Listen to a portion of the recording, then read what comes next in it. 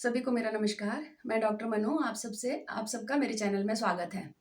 आज मैं आपसे एक ऐसी प्रॉब्लम डिस्कस करना चाहती हूँ जिसकी हर किसी पेरेंट्स को शिकायत रहती है अपने बच्चों से। तो मैं बात कर रही हूँ बेड वेटिंग की।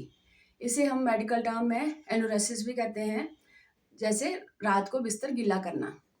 तो ये एक ऐसी प्रॉब्लम है जो जब बच्चा पैदा होता है तब तो 1 डेढ़ साल तक बच्चा जो है ये अपने कपड़ों को गीला करता रहता है, परंतु धीरे धीरे ये 1.5 से 3 साल तक बच्चे का जो ब्लैडर कंट्रोल है वो शुरू हो जाता है।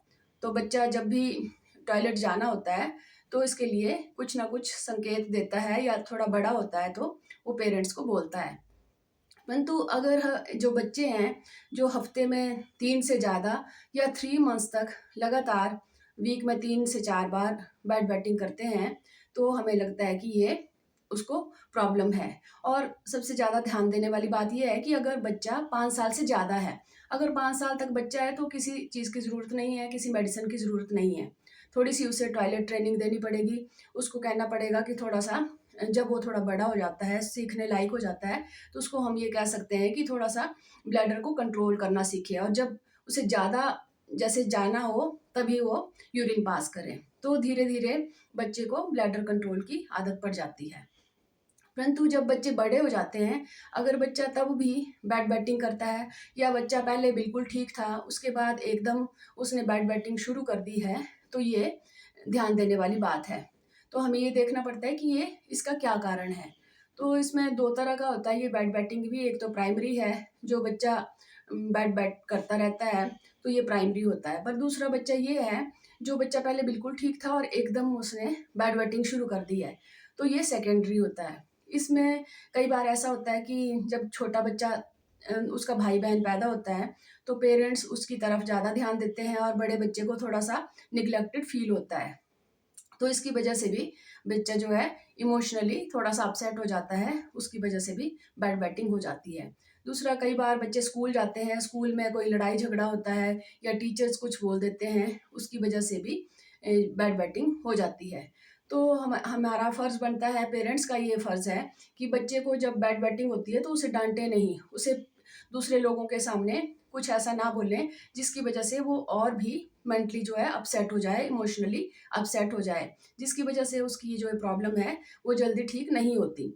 तो जब हम इसमें ध्यान देना शुरू कर देते हैं, दोनों बच्चों को एक जैसा देखना शुरू कर देते हैं, जब बच्चे को फ़ील होता है कि नहीं, जो छोटा भाई-बहन है वो भी उसी का है और उसी की तरह हम दोनों को वो प्यार दे रहे हैं, तो बच्चे की ये प्रॉब्लम जो है धीरे-धीरे ठीक हो जाती है।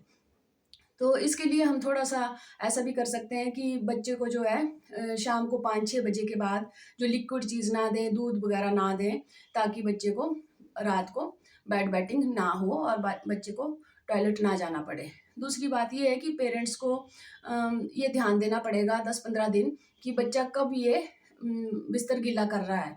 तो जब 10-15 दिन में आइडिया लग जाता है कि बच्चा 12 बजे या 1 बजे के करीब जो बिस्तर गीला कर रहा है, तो पेरेंट्स को ऐसा करना पड़ेगा, या तो अलार्म रख लें या तो खुद उठकर बच्चे को बिल्कुल जगा दें नींद से, तब बच्चे को टॉयलेट ले जाएँ।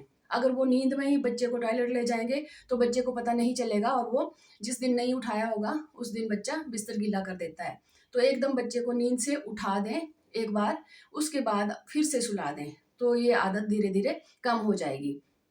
तीसरा ये है कि बच्चा जब जिस दिन बिस्तर गीला ना करें, उस दिन उसको उसको कोई प्राइज़ दें, कुछ उसको अच्छी चीज़ बोलें, उसकी प्रेज़ करें, दूसरों के सामने उसकी प्रेज़ करें, तो बच्चे जो हैं इमोशनली स्ट्रॉन्ग हो जाते हैं, उनकी ये आदत धीरे-धीरे छूट जाती है। और उसके साथ-साथ बच्चे को जैसे ब्रेन टॉनिक दे सकते हैं, ब्रेन टॉनिक जैसे ब्रह्मी, शंख-पुष्पी वगैरह, ये चीज़ें अश्वगंधा, नरवाइन टॉनिक वगैरह बच्चों को दे सकते हैं, जिससे वो मेंटली स्ट्रॉन्ग हो जाते हैं और ये धीरे-धीरे आदत छूट जाती है। तो मैंने ये छोटा-सा वीडियो इसलिए बनाया क्योंकि मेरे पास भी कई पेरेंट्स अपने बच्चों को लेकर आते हैं, तो ये दोनों तरह से, एक तो उनको साइकोलॉजिकली स्ट्रॉन्ग बनाना पड़ेगा, दूसरे उनको इमोशनली जो है वो वीक फ़ील ना करें, इसलिए उनका साथ देना पड़ता है।